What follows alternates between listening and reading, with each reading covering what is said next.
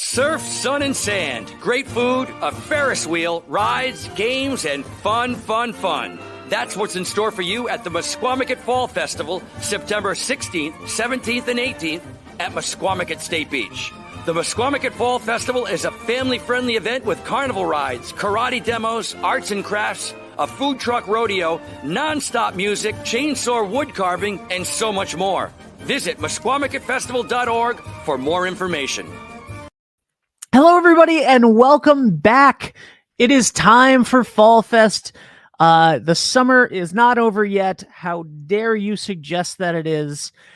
We are gearing up for what is going to be one of the greatest festivals in Musquamacut history this weekend. My name is Ben Barber. I am your host, and today I am joined by not one but two guests. The first of which being the only man to talk to kick off any Fall Fest or Spring Fest weekend, the one and only. I'm going to stop hyping him up, actually. Caswell Cook. Caswell, what are you doing? You're licking an envelope as I put you on screen? Hey, Ben, how are you? I'm good. How are you? Paying bills. So we people don't realize when you do a festival, it's like insurance and permits and advertising and people you got to pay, like our next guest that's coming on. That's true. That's true. How is everything going so far for Spring Fest this year? It's going great. For Fall Fest. Spring Fest was great. Yeah, Spring Fest was great. Thanks for asking.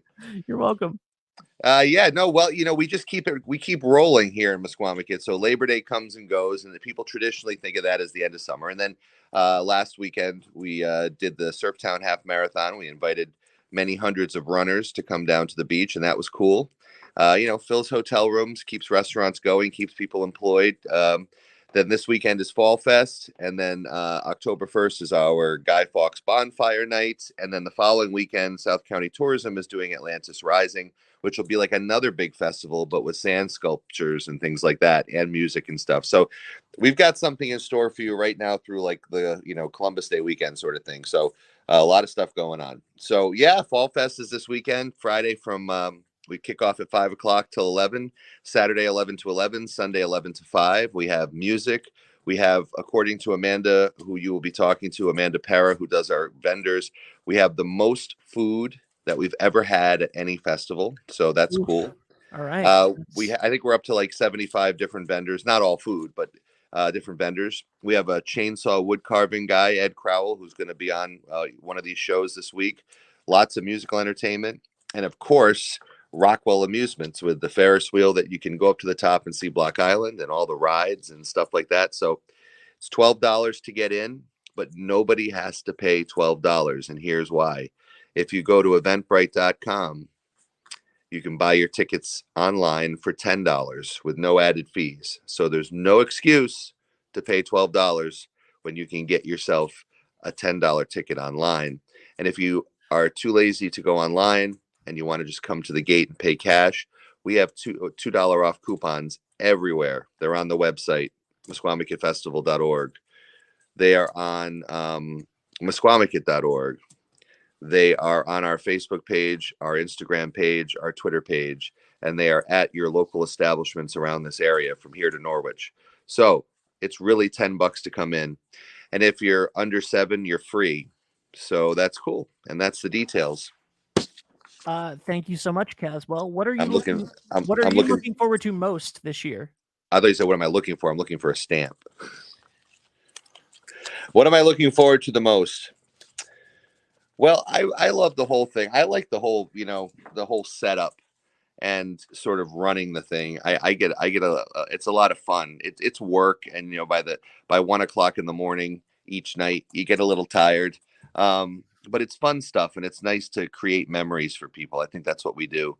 Even for my own kids, my daughter, Maddie, she's 12. She's got like 2 friends coming, and they're going to spend like the whole afternoon. And, it's that kind of thing. It's like a community thing. So yeah, we have a lot of fun doing that stuff. And it's the 12th annual. So we've been doing it a long time, 2 a year. So this is our 24th festival. A couple of them are online, as you might remember. But I definitely remember. And I meant to ask you, I'll put you on the spot. Are you going to come down to the festival this weekend and do any live stuff like this, but from the festival?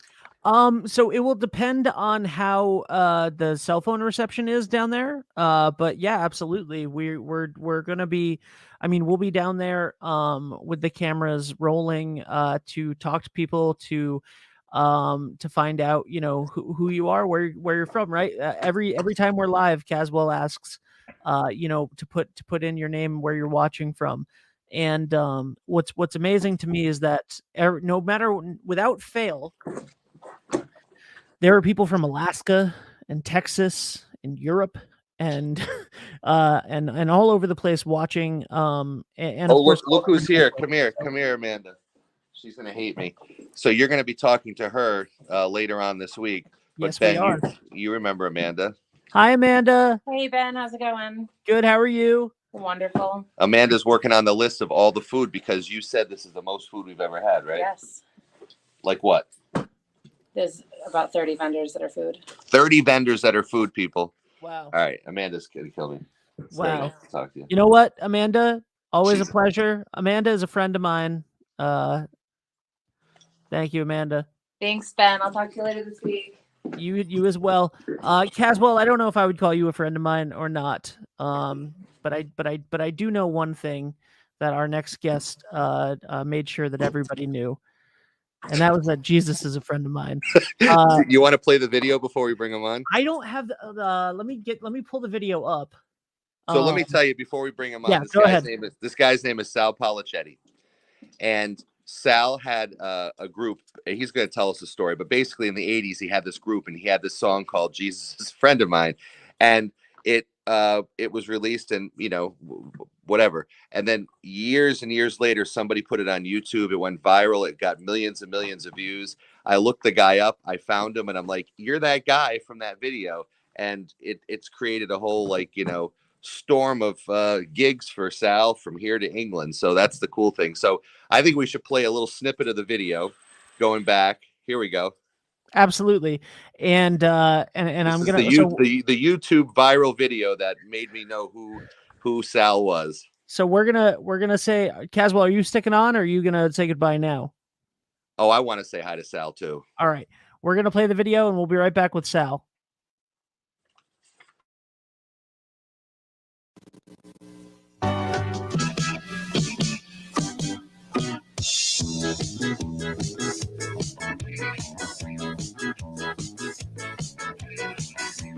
Jesus is a friend of mine. Jesus is my friend. Jesus is a friend of I mine. have a friend in Jesus. Jesus is a friend of mine. Jesus is my friend. Jesus is a friend of mine. He taught me how to live my life as it should be. He taught me how to turn my cheek when people laugh at me. I've had friends before, and I can tell you that he's one who will never leave you flat. Jesus is a friend of mine. Jesus is my friend. Jesus is a friend of I mine. have a friend in Jesus. Jesus is a friend of mine. Jesus is my friend. Jesus is a friend of mine. He taught me how to pray and how to save my soul. He taught me how to praise my God and still play rock and roll. The music may sound different, but the message is the same. It's just an instrument to praise his name. Jesus is a friend of mine. Jesus is my friend. Jesus is a friend of I mine. have a friend in Jesus. Jesus is a friend of mine. Jesus is a friend of mine. Jesus is a friend of mine.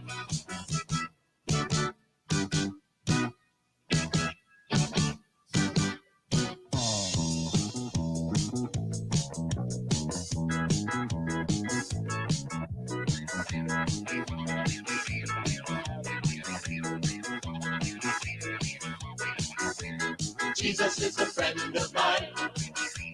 Jesus is a friend of mine.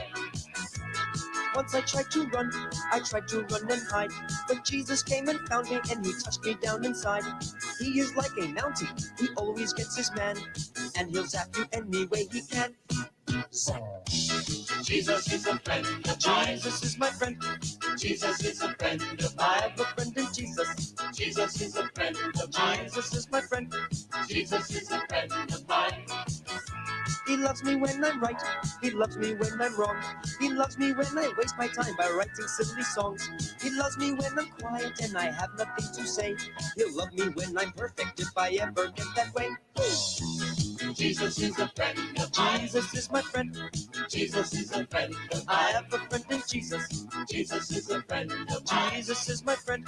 Jesus is a friend of I mine. have a friend in Jesus. Jesus is a friend of mine. Jesus. Jesus is a friend of mine. That's terrific, Sal. Thank you very much. Well, wow. So Caswell, that was incredible. Let's bring him on. The one and only Sal Polichetti. Gentlemen, how you doing?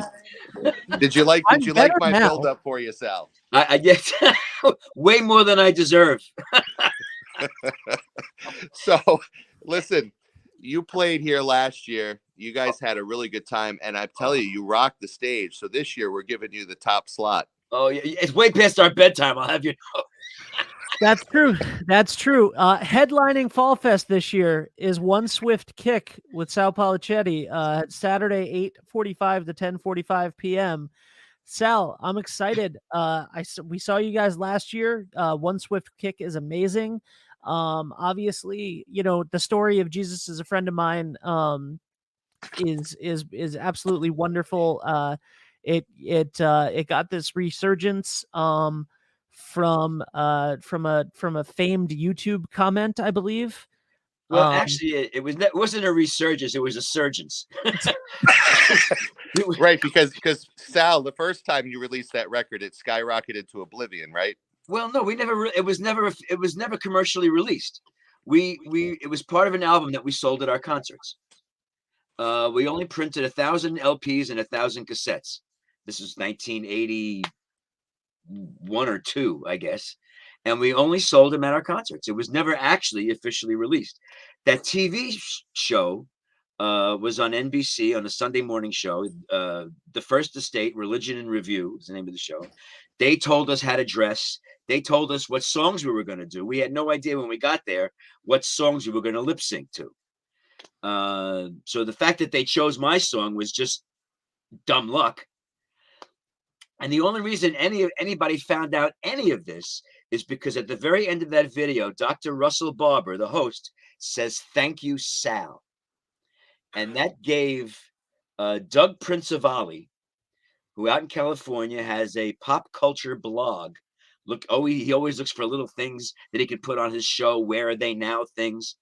And he found that video because he used to live in Brooklyn, and a priest friend of his videotaped the show and gave him the tape.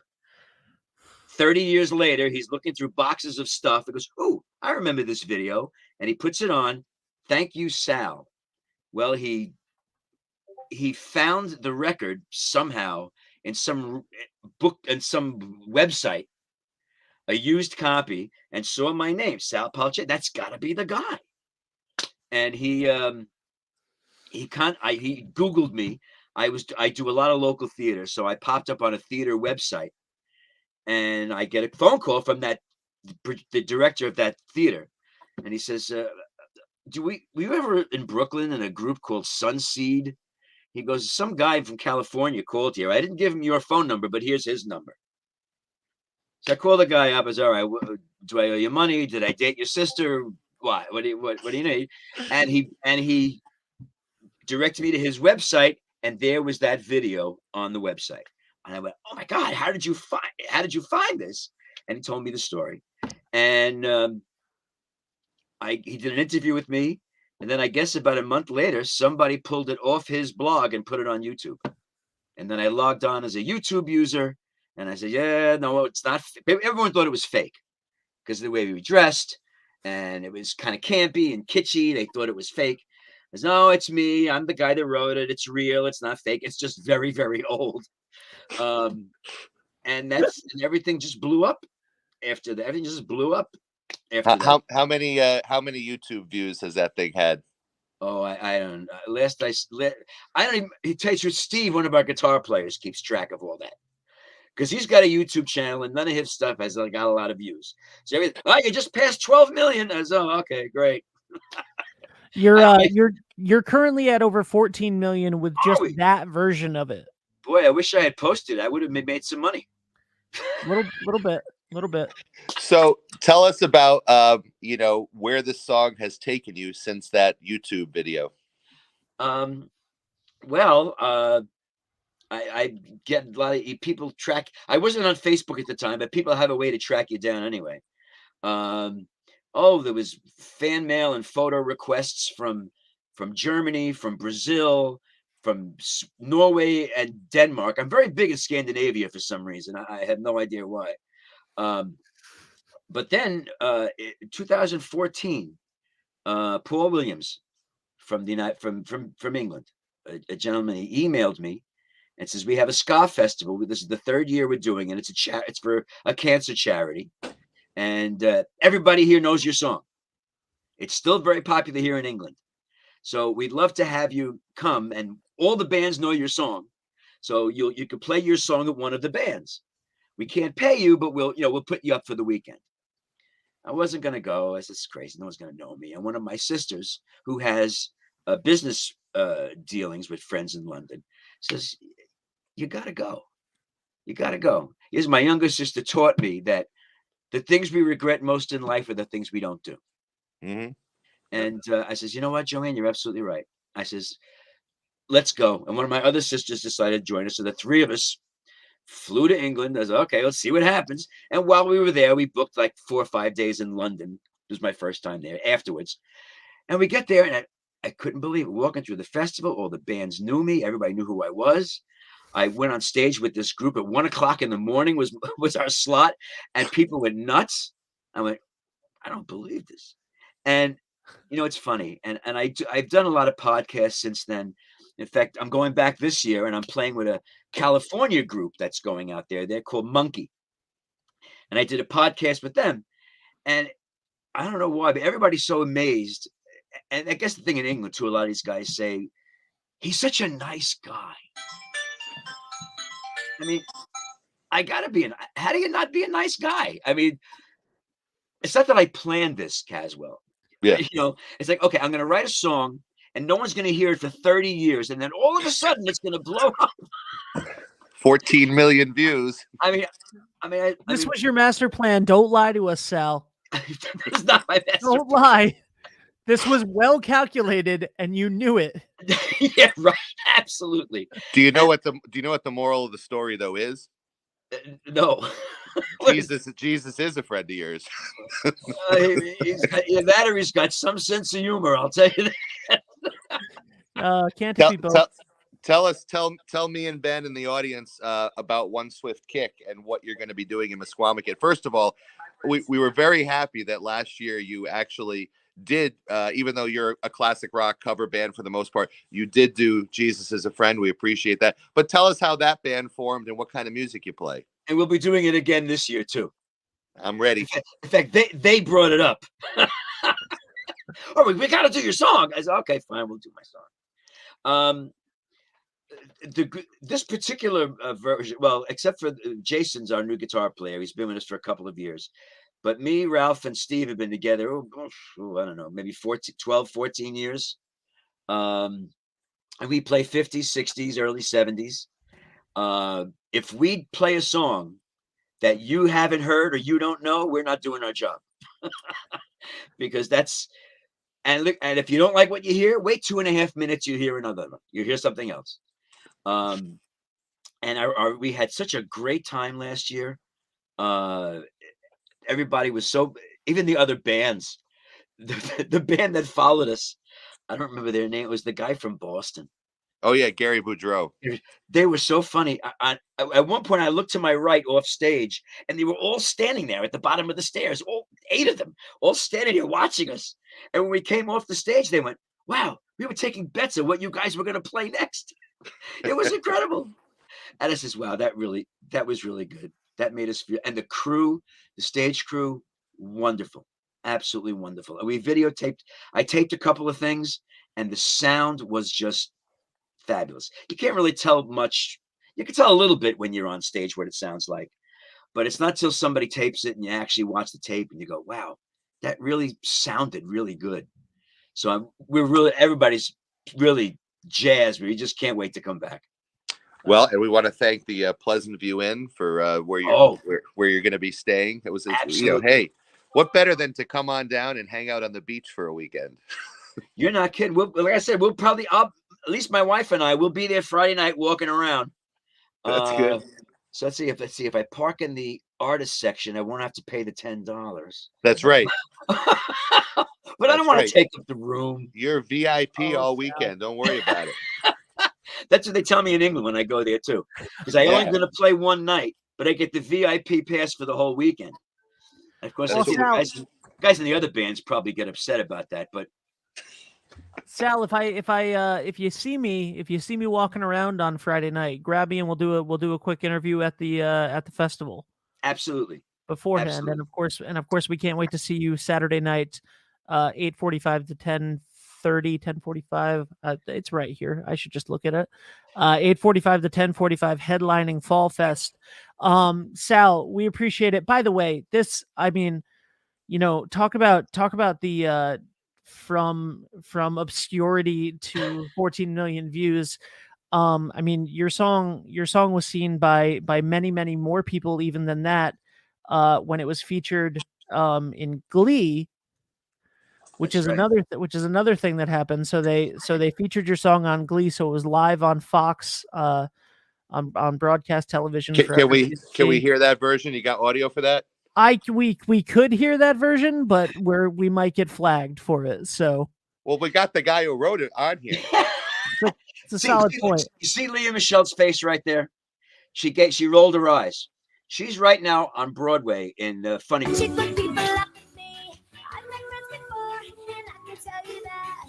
All right, here we go. Oh, we left, brothers. We left, brothers. Jesus is a friend of mine. I'm a friend of Jesus. Jesus is a friend of mine. Jesus is my friend. Jesus is a friend of mine. He taught me how to live my life as it should be. He taught me how to turn my cheek when people laugh at me. I've been friends before, and I can tell you that he's one who will never leave you flat. Hallelujah! Jesus is a friend of mine. Jesus is a friend of mine. Friend of mine, friend of mine, friend of mine. And we'll be doing that choreography too. But my daughter tells me, my daughter who's she's a theater person, and that's what she wants to do. She says to me, "Oh, you want to go to see Leah Michelle on Broadway in Funny Girl?" I went, "Well, not really, but the only reason I would want to go is to wait for her by the stage door when she comes out and say, 'Remember that song you rolled your eyes to? I wrote that.' Suck it." Let me ask you a personal question. Did they pay you for that at least? Very nicely. Okay, good. Good. In fact, they contacted me. And the only reason they knew how to get it, like I said, I wasn't on Facebook, because the song was on Community. Yeah. Somebody sang like 10 seconds of it, and they sent me a check. The one with Chevy Chase? Yes. Yep. Oh, okay. Wow. I believe Yvette Nicole Brown's character sang Nicole Brown sang like 10 seconds of it, and they sent me a check. The woman who runs Glee, who knew the person from Community who got in touch with me. So she gave him my phone number, and she says, "Look, you know," we watch Glee all the time. Well, tomorrow they're filming a segment and they want to use your song. I says, "Oh, okay." So, okay, we're prepared to pay you, and we're going to film it. And if they wind up using it, we'll let you know. I says, "Okay." And I went, and I was going to ask, can I come and see the taping? But I would have had to fly to California from New York to do it. So I didn't go. But she did call me the next day. And she says, "Well, I just got back from the studio. It looks great, and we're going to use it. Where should we send the check?" Wow. And it was on TV like a month later. Yeah. And we all sat and watched it. And my wife and I were we laughed. We were crying. We laughed throughout the whole thing. It was just and I wanted to mention one more thing about Paul from England. 2019, his band, the Scapones, they get a small tour of America. And their last gig was supposed to be in Brooklyn. So I called my sisters. I said, "Look, why don't we surprise Paul and show up at the gig? He'll be really surprised then." So, but then about a month before the gig, he contacts me and says, I don't know if you know this, we're playing in Brooklyn. It's the last day of our tour, but our bass player has to go home. Could you play our set with us? Oh, I went, what? I mean, how do you say thank you to this guy? I said, absolutely. Send me your set list. Now, I'm a rock and roll guy. If I tell a rock and roll guy to send me a set list, I'm going to see Beatles, I'm going to see Stones, I'm going to see Elvis Presley. Well, he sent me a set list with 30 songs. Never heard of a single damn one of them. They were, well, 10 of them were originals, but most of them were like ska classics. So I had to look them up on YouTube, figure them out, write the chords down, and I learned them. We get there for the gig, and he goes, okay, we're going to do your song too. We never rehearsed it. No problem. We're out in the parking lot. The drummer's got his sticks in his hands. He's beating on his lap. We practiced the song outside the parking lot. Fast forward a year later, he writes a book, which came out about 4 or 5 months ago, about their tour. And he did a whole section on the history of Sunseed. I mean, I didn't tell him, he had to look it up. And I could never understand what the attraction was. Maybe they thought I was the Tiny Tim of ska. I mean, I have no idea. Well, reading his book, I figured out why. It was the fact that an American had written a two-tone ska song, because that's what the technical expression is two-tone ska, in 1981, where ska was just starting to break in England. And he said when he got his computer, he got his first computer in 2010, and he popped on and he saw that song and he went nuts. He goes, when was this written? He goes, I can't believe it. That's the attraction. The fact that I'm an oldie act. Did you know in 1981 that you were writing a ska song? No, I did not. Yeah. We were writing songs for the album. Well, we were deciding because you don't want to pay royalties. So we did a couple of covers that we had to pay royalties for. We were using mostly original songs. In concert, I sang lead on about 50 to 60% of the stuff, but the songs they were picking for the album, I wasn't singing anything. So I said to my first wife at the time, she was the keyboard player, I said, I'm going to have to write a damn song if I'm going to get on this record. There used to be a radio show, WNEW-FM, every Friday afternoon. Scott Muni, I don't know if it's named, he was a famous DJ in New York, would play an hour of imports. For you young people, before the internet, if you wanted to hear a record that was recorded in England, you had to wait till somebody put it on a boat or a plane and got it over here, because there was no way to hear British music until somebody actually carried it over here. So he used to play Things from England was the name of his segment. And about a month before I wrote the song, I heard Too Much Pressure by the Selector. I didn't know it was ska. He didn't call it ska. But if you listen to that song, you'll see where Jesus is a Friend of Mine kind of came from. And I went, wow, it was peppy and jumpy. And you can't be sad when you hear this because it's such a jumpy song. And that'll get me on the record. So that, well, to tell you the truth, it didn't go over all that great with the group originally. They didn't really get it. My wife was a classically trained keyboard player. Says, you want me to play the chords on the upbeat? I said, yeah, like a polka. I said, oh, okay, fine. I don't know if you've ever been in a recording studio, but sometimes to record a song, it could take hours. That song took 20 minutes to record. wow. 20 minutes, because they just blew it off. Background, the background tracks, one take. Guitar solo, one take. My vocals, one take. I think I could do it better. No, it's fine. Leave it. It's great. Because nobody gave it a second thought. That's amazing. And now Sunseed is revered as being the birthplace of American ska. If you're British, yes, that's where you would think. And I re-recorded the song about a year or so ago with a real ska band, Rude Boy George. They're out of New Jersey. I actually played with them in England in 2018. I played with them in England. We actually re-recorded the song about a year ago. We were going to make another video, but I don't know what. then COVID hit and none of it Please use the same costumes. Just you know what? No, just you Just use the same me. costume. Everybody else dresses like they dress, but you are in the same exact outfit. I think that was part of the original storyboard of that. Yes. But it's just crazy. It's just, Wow. you know, I can't Absolutely. explain it. But I'm gonna ride this horse until it drops dead. I'll tell you that. Listen, you know what? I'm a pretty good tambourine player. If you want an extra for that song on Saturday, Where's my set? Oh, I don't have my set list printed. I tell you where it's coming. He's not lying. He's not lying. I'm not lying. He's a pretty good tambourine player. And your band is playing. You're playing on Sunday. We are, yeah. And you know, we've been playing a lot this a couple times this summer, and we have a new name. I have a new group of players. So instead of the beach band that we were for a long time, it's now Caswell Cook and the Peel and Eat All-Star Band. I love it. So yeah, I have a real keyboard player in my band, so I only have to play like, you know, a little bit of background stuff on the keyboard. So I found myself, you know, sort of migrating to the tambourine a lot.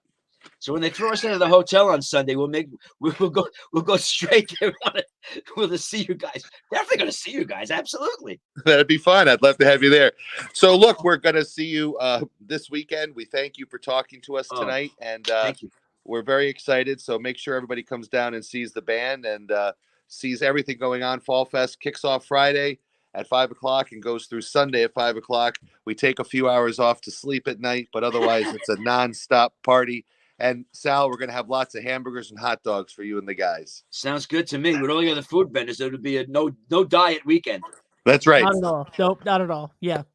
All right. Well, Thank thank you. And thank you, Ben. We'll see you soon. Bye, Caswell. Bye, guys. We'll be back every night this week at 7 p.m. At least every night this week at 7 p.m. with more bands. We'll be talking to Amanda. We'll be talking to vendors. We'll be talking to basically anybody and everybody who's going to be at Fall Fest. But that would be impossible because there's over half a dozen great music acts that will be there this weekend, 75 vendors, and more food than there ever has been in the food truck rodeo. So thank you guys so much. Caswell, see you later. Everybody else, I'll see you tomorrow. Bye for now. Surf, sun, and sand. Great food, a Ferris wheel, rides, games, and fun. That's what's in store for you at the Musquamacut Fall Festival, September 16th, 17th, and 18th at Musquamacut State Beach. The Musquamacut Fall Festival is a family-friendly event with carnival rides, karate demos, arts and crafts, a food truck rodeo, non-stop music, chainsaw wood carving, and so much more. Visit MusquamaCutFestival.org for more information.